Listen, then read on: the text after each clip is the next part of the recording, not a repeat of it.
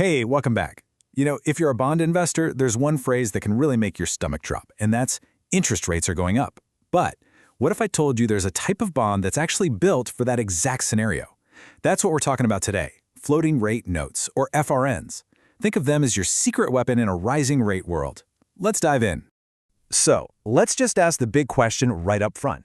When interest rates start climbing, are your bonds really safe? We're always told that bonds are the safe corner of your portfolio, right? But then the central banks start hiking rates, and suddenly, this hidden weakness pops up. So what really happens to the price of those so-called safe bonds you're holding onto?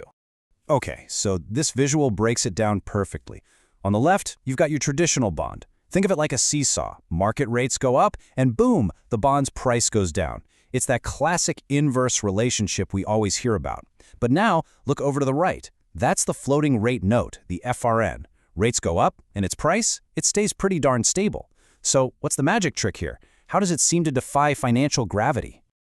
All right, before we get to the solution, let's just double-click on the problem itself. It's what we call the rate hike dilemma. And trust me, it all boils down to that one simple, inverse relationship that can really cause some pain for fixed income investors. And here's the absolute heart of the issue. When you buy a regular old-school bond, you are literally locking in a specific interest rate for its entire life. Now, imagine new bonds start getting issued tomorrow, but at a higher rate. Well, all of a sudden, your bond with its lower rate looks kind of, less attractive, doesn't it? So to compete, its price on the open market has to drop. It's simple supply and demand. So the big question is, how do you get around being stuck with an outdated interest rate? And that brings us to what I like to call the rising tide solution. We're talking about a bond that's designed not to fight the current, but to just rise right along with it. And that solution, of course, is the floating rate note, or FRN. The name really says it all, right? Instead of a fixed payment, the coupon floats. It actually changes over time, automatically adjusting based on some big market benchmark rate. It is literally built to adapt. And this rising with the tide thing, that's its superpower. That's what turns it into such an awesome defensive tool for an investor. You're not anchored to some old rate from last year. Nope. It just adapts, and that's how it protects its value when everything else is shifting. Okay, so we get it. They adjust. But how? How exactly does the math work? Let's pop the hood for a second and check out the pretty simple formula that actually figures out how much you get paid. The formula is actually way simpler than you might think. It's just two parts. First, you start with a benchmark rate. You can just think of this as the base interest rate for the whole market, something like SOFR. Then you add what's called a spread. That's just a little extra fixed percentage on top, and it's based on how credit-worthy the issuer is. So benchmark plus spread, that equals your final payout. And the key is, this whole thing gets recalculated or reset on a regular schedule. And this, right here, this is the secret sauce. That coupon payment isn't carved in stone for 10 years. No way. It resets, usually every single quarter. So think about what that means. When the Fed raises rates, that benchmark rate that your FRN is tied to goes up too. And the result for you? Your next interest payment is bigger. Your income just automatically keeps up with what's happening in the market.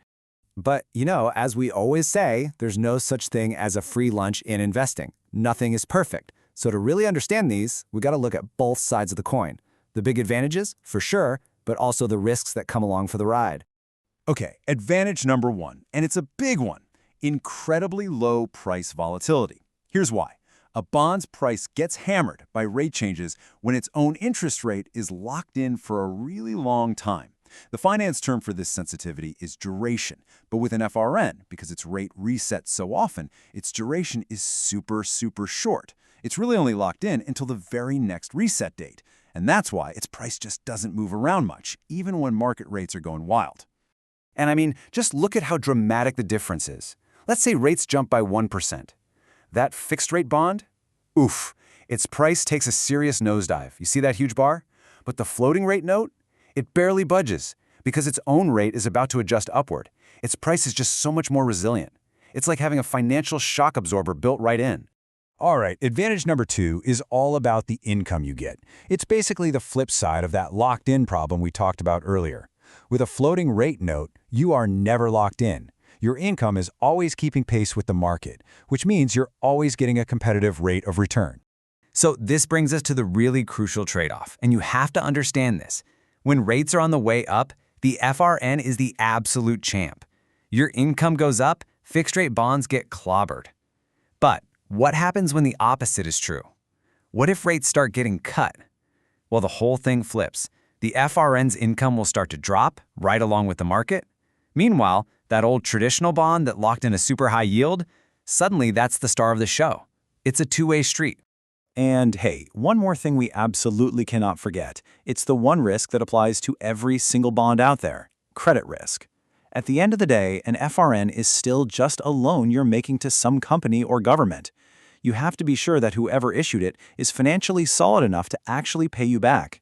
That's Bond Investing 101, and you can never ever ignore it. Okay, so let's put this all together. How should you think about these things in your own portfolio? The key is to not see them as some magic bullet that works all the time. That's not what they are. You have to see them as a very specific, very strategic tool you can use for defense in the right environment. So, let's just recap the big takeaways here. Number 1, FRNs are a fantastic shield for your portfolio value when rates are going up. Number 2, your income actually goes up with those market rates. That makes them a really interesting tool for diversification, especially when inflation is a concern. And the big weakness to always remember? When rates eventually start to fall, your income from these will fall right along with them. And that really brings us to the final question, the one that's really for you to think about. We've seen that these floating rate notes are a super powerful tool for a very specific economic climate. So the real question you've got to ask yourself about your own portfolio is this: no matter which way interest rates decide to go next, are you actually ready for the ride?